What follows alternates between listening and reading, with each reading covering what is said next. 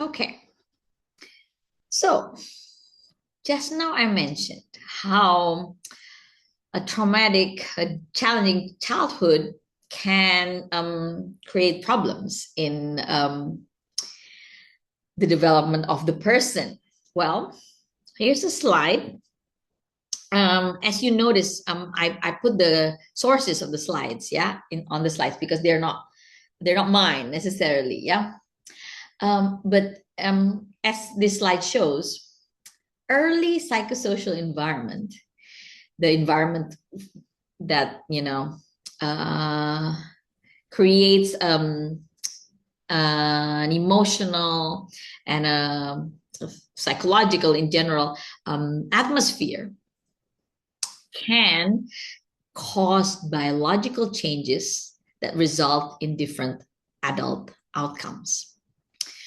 And it is not just complex PTSD, it's far more far reaching than that.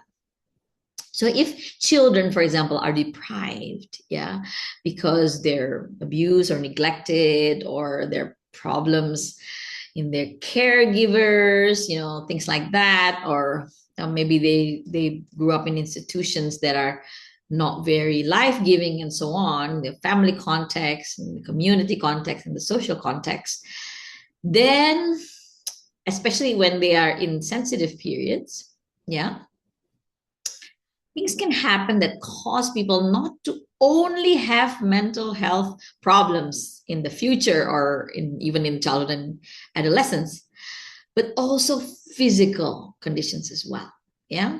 So there's a higher risk for cardiovascular disease, for example, cancers and things like that, both directly because of the neglectful environment usually has also components that can lead to those problems, but also indirectly through the different ways in which the person's body and brain works, as well as even another indirect way, which is the way the person then leads their life. Yeah. Mm-hmm. So as noticed here, it's noted here, impaired planning, short-term memory, or even other executive functions, problems with that can cause people to make poor decisions that then lead to more and more health problems. So that's why there's a circle there, a cycle there.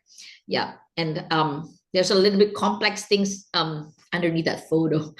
So, but if you're interested in more of that, there's a lot of things to read about that. It's a sad thing. It's a sad thing.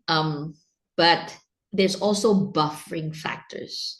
So the presence of a supportive caregiver, that can promote resilience, and people have resilience within them as well. And I think this is important. We're not just looking at detrimental factors, but humans have factors that build resilience.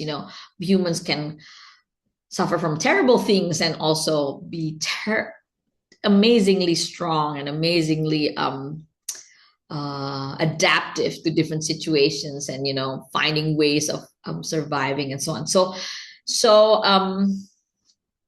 It can be a combination of things, but also, so it also means that people with a lot of physical conditions might also need support to work on some of the aspects that are not so physical.